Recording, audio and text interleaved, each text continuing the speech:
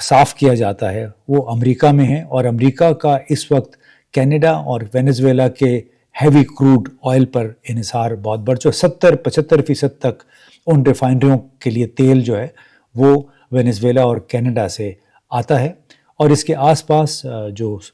Cuba ہے اور Honduras ہے، وینیزویلا کے آس پاس کے جو ممالک ہیں ان کے حوالے سے سابقہ ایک اٹلانٹک کونسل سے خطاب کرتے ہوئے ایک سابقہ جنرل تھیں امریکہ کی، لورا جے رچرڈسن، تو انہوں نے اٹلانٹک کونسل میں خطاب کیا 2022-23 میں، اور انہوں نے یہ کہا کہ یہ خطہ بڑا اہم ہے کیونکہ یہاں پر ایک 3-4 ممالک ہیں جن کے پاس لیتھیم ہے ٹیکنالوجی، یہ لیتھیم ٹیکنالوجی جو ہے وہ بیٹریوں کے لیے بڑی ضروری ہوتی ہے، جس کو نایاب ریئر ارتھ منرل بھی کہتے ہیں۔ ان کے پاس اس علاقے میں وینیزویلا کے اڑوس پڑوس میں اور خود وینیزویلا میں تیل، تانبے، سونے، تازہ پانی سب کچھ اویلیبل ہے، اور سب سے بڑے تیل کے ذخائر جو ہیوی کروڈ آئل ہے وہ وینیزویلا میں ہے، سونے، چاندی، آئرن اور باکسائٹ، یہ ساری چیزیں بھی، جو کہتے ہیں کہ دنیا کا 60% لیتھیم جو ہے وہ بالکل اس علاقے میں ارجنٹائن، بولیویا اور چلی میں موجود ہے۔ لہٰذا بنیادی طور پہ یہ کوئی ڈرگز کا مسئلہ نہیں ہے، بلکہ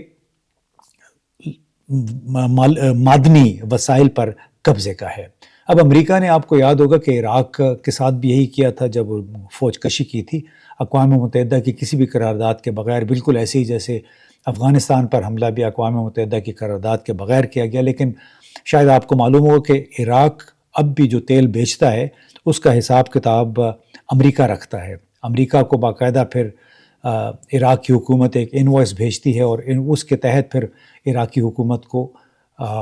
اس تیل کی ادائیگی ہوتی ہے، اور خود امریکہ نے اپنے لیے عراقی تیل کی سستی ترین شرائط پہ 10-15 سال کے لیے وہ سیکیور کر لیا تھا۔ اب اندازہ لگائیے کہ جب روس نے یوکرین پر حملہ کیا نیٹو کے خطرات سے نمٹنے کے لیے، تو اس وقت امریکہ اور باقی یورپی ممالک نے آسمان سر پر اٹھا لیا تھا۔ آج بھی مسلسل وہ یوکرین کی حمایت میں ہر قسم کے اقدام کرنے پر تیار ہیں، اور اندازہ لگائی کہ اگر ایسا ہی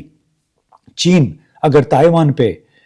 حملہ کر دے، ہو سکتا ہے 2026 امریکہ کے اس اقدام کے بعد کہ ایک آزاد ملک پہ حملہ کر کے وہاں کے صدر کو اغوا کر لیا،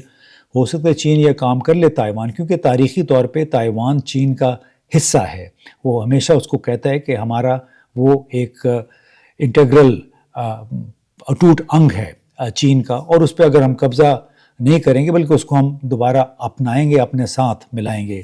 لیکن چونکہ امریکہ سیاسی پالیسی کے طور پہ اس نے تائیوان کو تسلیم کر رکھا ہے، تو اندازہ لگائیے اگر چین امریکہ پہ چڑھ دوڑا، اس پہ قبضہ کر لیا اپنے ہی تاریخی حصے پہ، تو اس وقت پھر امریکہ اور مغربی دنیا جو ہے وہ کیا کریں گے؟ ظاہر ہے ان کے پاس ابھی کوئی جواز نہیں رہے گا۔ اس سے پہلے آپ کو پتہ ہے مینوئل نوریگا پاناما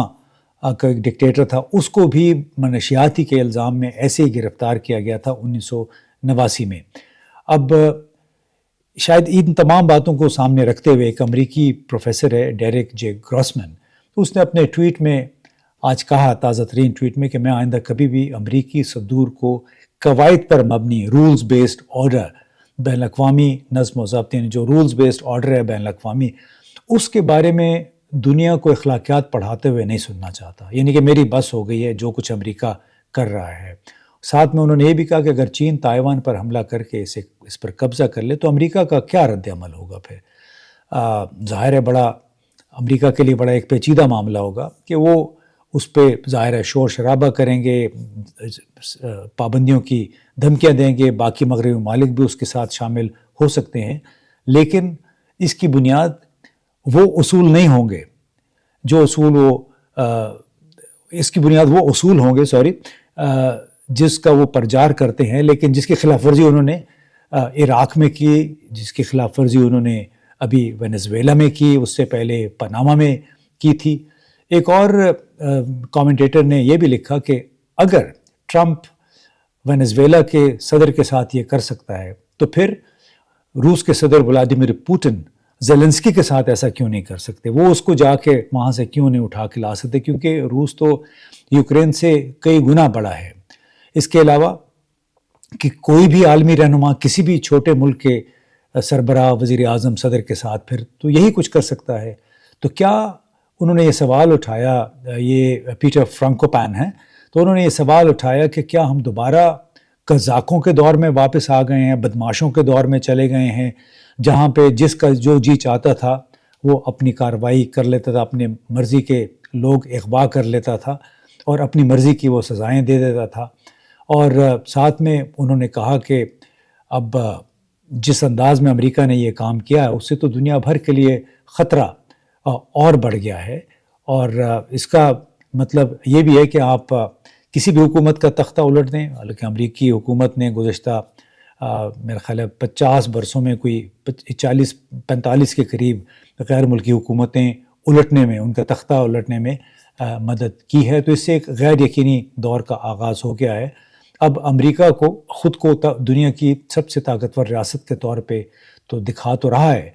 اور ایک ایسی ریاست جو کہ بین الاقوامی قانون کی حدود سے بالا تر ہو کر کام کر رہی ہے، بالکل ایسی جیسے نیتن یاہو نے، اسرائیلی وزیر اعظم نے کہا تھا کہ بین الاقوامی قانون ہمارے لیے کچھ اہمیت نہیں رکھتا، ہمارے لیے اہمیت ہے اپنے سروائیول کی، اپنی بقا کی۔ اب پیٹر فرانکوپین نے یہ سوال بھی اٹھایا کہ کیا رہنما جو ہیں، عالمی رہنما نیو یارک میں اقوام متحدہ کی جنرل اسمبلی میں اب شرکت کی جرت کریں گے؟ یعنی ایسے رہنما جو امریکہ کو پسند نہ ہوں، یا امریکہ جو امریکہ کو مطلوب ہوں مختلف وجوہات پہ، تو کیا کسی دنیا کے کسی حصے میں سربراہان مملکت